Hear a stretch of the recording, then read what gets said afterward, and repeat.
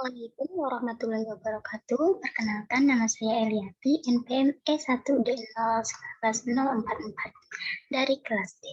Di sini saya akan mempresentasikan tugas dari Ibu Rida, yaitu mata kuliah PHP. Langsung saja kita share screen.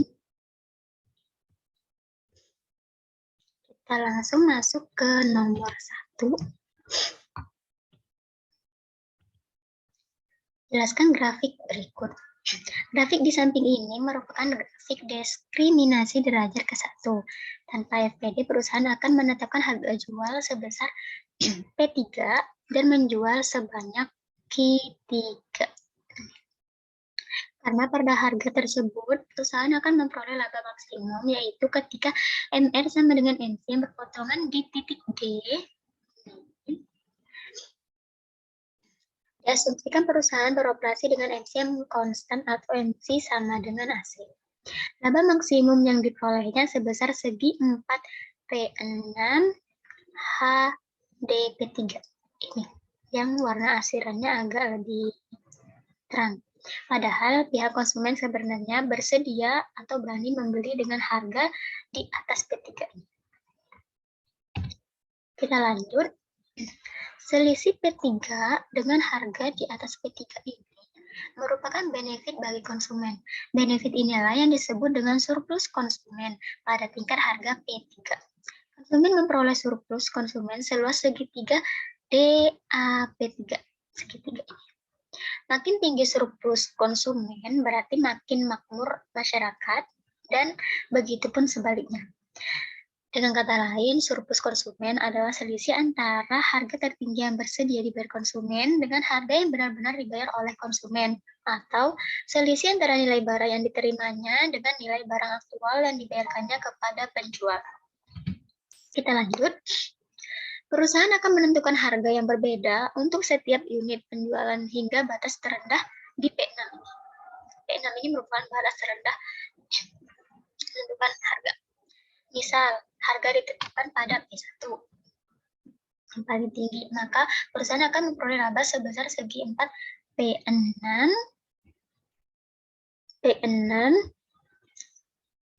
I B P1 dan seterusnya hingga P6. Perusahaan tidak akan menetapkan harga di bawah P6 karena lebih rendah daripada biaya atau unitnya. Dengan menerapkan strategi FPD ini, maka laba perusahaan bertambah sebesar segitiga HGD ditambah DAP3. Ini segitiga yang ini ditambah sama ini. Atau secara keseluruhan sekarang menjadi segitiga P6GA.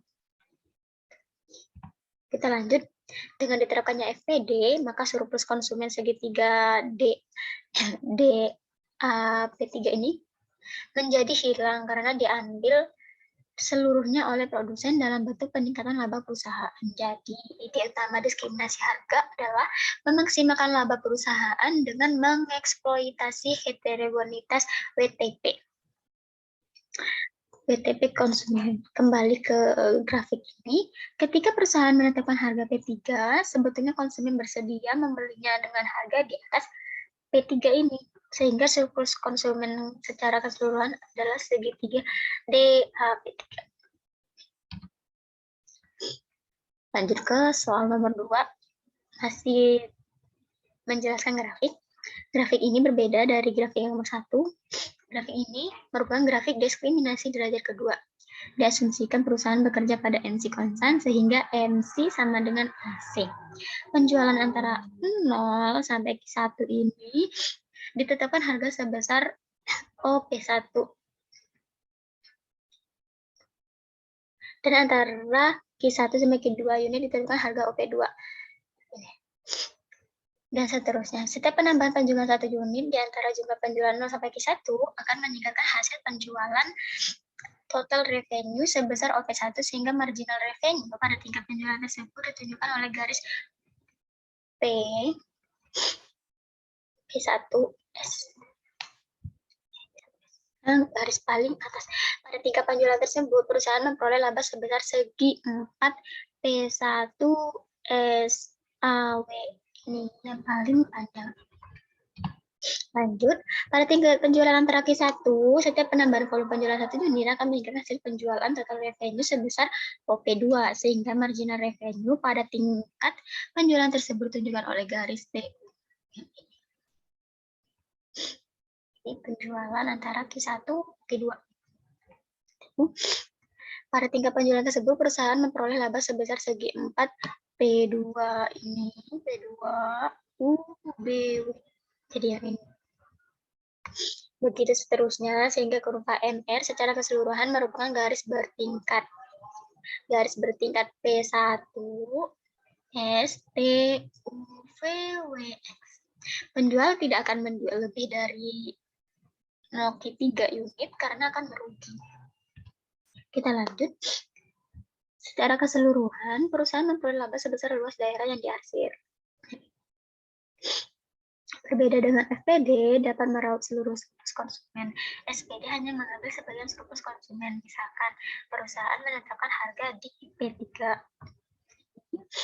Maka surplus konsumen yang terambil oleh perusahaan hanya sebesar luas daerah P3, W, V, ya, P3 ini. W, V, T, S, P1. Bukan segitiga P3, bukan, tapi yang ini. Lanjut nomor 3. Pada grafik ini, laba maksimal diperoleh bila perusahaan menjual sebanyak total unit, yaitu ketika MR total atau penjumlahan horizontal kurva MR1 dan MR2 sama dengan MC. Ini M1 dan MR2 sama dengan MC. Total unit tersebut merupakan penjumlahan Q1 unit di pasar 1 karena harga jualnya ditetapkan P1 untuk memenuhi kondisi MR1 sama dengan MC. Dan Q2 ini di pasar 2 karena harga jualnya ditetapkan oleh P2 untuk memenuhi kondisi MR2. Ini dengan MC. Lanjut, P1 ditetapkan lebih tinggi daripada P2 karena elastisitas harga di pasar 1 lebih rendah daripada di pasar 2. Dari pasar 1 diperoleh laba seluas segi 4 H B P1. Dan di pasar 2 seluas segi 4 D E P2 C. Lanjut ke nomor 4. Pada grafik ini menjelaskan hal yang sama, namun dengan asumsi marginal cost konstan atau MC sama dengan AC. Luas segi yang berwarna hitam ini 1, 2, 3 menunjukkan besarnya laba yang diperoleh di setiap pasar, yaitu pasar 1, pasar 2, dan pasar secara keseluruhan. Ini pasar 1, dan ini pasar 2, yang ini pasar secara keseluruhan atau pasar total. Lanjut ke nomor 5.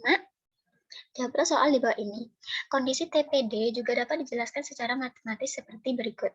Misalkan, perusahaan menghadapi permintaan di pasar 1, Q1 sama dengan 100 min 2P, dan di pasar 2, Q2 sama dengan 50 min 0,5P, maka TC sama dengan 10 Q plus Q,1 plus 0,1 Q kuadrat, MC sama dengan 10 plus 0,2 Q.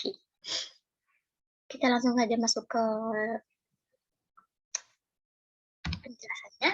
A. Berapa elastisitas pasar 1 dan pasar 2? Jelaskan perbandingannya.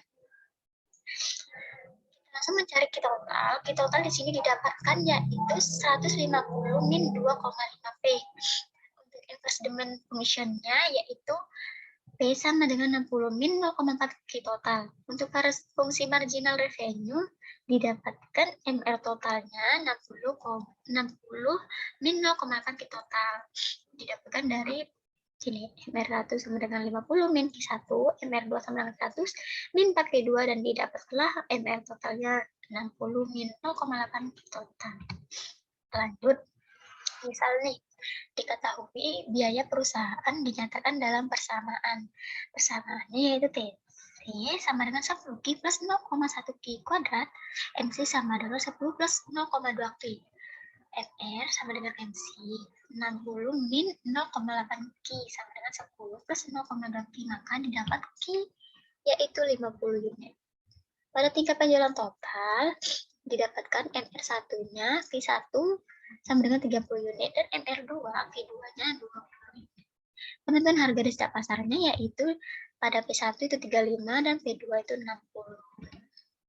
Lanjut, untuk perbandingan elastisitas harga di pasar didapatkan pada pasar 1 yaitu min 2,33, sedangkan di pasar 2 didapatkan min 1,5.